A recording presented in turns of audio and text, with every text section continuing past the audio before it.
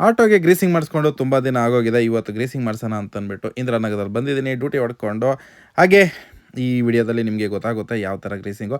ಹೇಳ್ಬೇಕು ಅಂದರೆ ಅಲ್ಲಿ ಬೇರೆ ಒಂದು ಗಾಡಿ ಹಾಕ್ಕೊಂಡಿದ್ರು. ಸೊ ಮೊದಲನೇದಾಗಿ ಬೇರಿಂಗಿಗೆ ಗ್ರೀಸ್ ಹೊಡೀತಾರೆ ಅಣ್ಣವರು. ತುಂಬ ಸಖತ್ತಾಗಿ ಮಾಡ್ತಾರೆ. ಅಂದರೆ ಒಂದು ಕೆಲಸ ಮಾಡಿದ್ರೆ ಸ್ಯಾಟಿಸ್ಫೈಡ್ ಆಗುತ್ತೆ.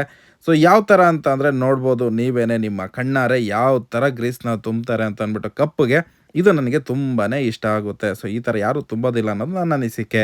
ಸೊ ನಾನು ಹಾಕ್ಸ್ತಿರೋ ಗ್ರೀಸ್ ಬಂದು ರೆಡ್ ಗ್ರೀಸು. ಒಂದು ಸೈಡ್ ಕಂಪ್ಲೀಟ್ ಆಯಿತು, ಮತ್ತು ಇನ್ನೊಂದು ಸೈಡ್ ಬಂದುಬಿಟ್ಟು ಗಾಡಿನ ಎತ್ಕೊಂಡಾಯಿತು. ಅದ್ರ ಜೊತೆಗೆ ಕ್ಲೀನ್ ಕೂಡ ಮಾಡ್ತಾಯಿದ್ರು. ಅಣ್ಣ ಅದು ಸಿಕ್ಕಾಪಟ್ಟೆ ಮಳೆ ಹೊಡಿತಾ ಇದೆ, ಗಲೀಜಾಗಿದೆ, ಬೇಡ ಅಣ್ಣ ಅಂತಂದ್ರು ಕೂಡ ಕೇಳಲ್ಲ. ನನ್ನ ಕೆಲಸ ನಾನು ಮಾಡ್ತೀನಪ್ಪ ಅಂತ ಹೇಳ್ತಾರೆ.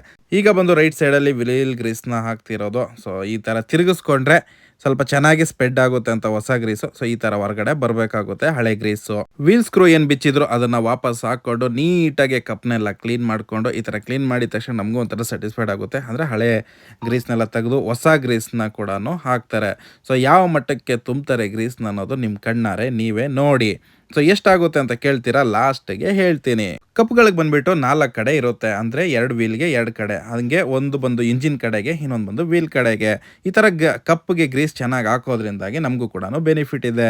ಇಲ್ಲ ಅಂತಂದರೆ ಮೆಲ್ಟ್ ಆಗಿಬಿಡುತ್ತೆ ರನ್ನಿಂಗಲ್ಲಿ. ಅದಾದಮೇಲೆ ಫ್ರಂಟಲ್ಲಿ ಬಂದು ಸ್ವಲ್ಪ ಗ್ರೀಸಿಂಗ್ಗೆ ಹಳೆ ಆಯಿಲ್ ಡೀಸೆಲ್ನ ಹೊಡಿ. ಆಟೋಗಳಿಗೆ ಪ್ರತಿ 20 ದಿವಸಕ್ಕೆ ಒಂದ್ಸತಿ ಗ್ರೀಸಿಂಗ್ ಮಾಡ್ಕೊಂಡ್ರೆ ಒಳ್ಳೆಯದು. ಬೇರಿಂಗ್ ಕೂಡ ಚೆನ್ನಾಗಿರುತ್ತೆ, ಕಪ್ ಕೂಡ ಚೆನ್ನಾಗಿ ಬಾಳಿಕೆ ಬರುತ್ತೆ. ಈ ಅಣ್ಣವರ ಲೊಕೇಶನ್ ಬಂದು ಈ ದೊಡ್ಡ ಮರದ ಕೆಳಗೆ. ಎಲ್ಲಿ ಅಂತ ಕೇಳೋದಾದರೆ ಇಂದಿರಾನಗರ 13th ಮೇನ್ ರೋಡಲ್ಲಿ ಇರೋದು. ಸೊ ನೀವೇನು ನೋಡ್ತಾ ಇದ್ದೀರಾ, ಇದು 13th ಮೇನಲ್ಲಿ.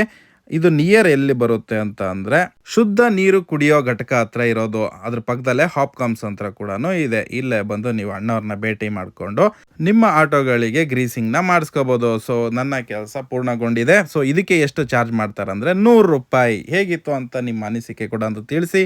ಹಾಗೆ ನಾನು ಹೊರಟೆ ಡ್ಯೂಟಿ ಕಡೆಗೆ. ಎಲ್ಲರಿಗೂ ನಮಸ್ಕಾರ.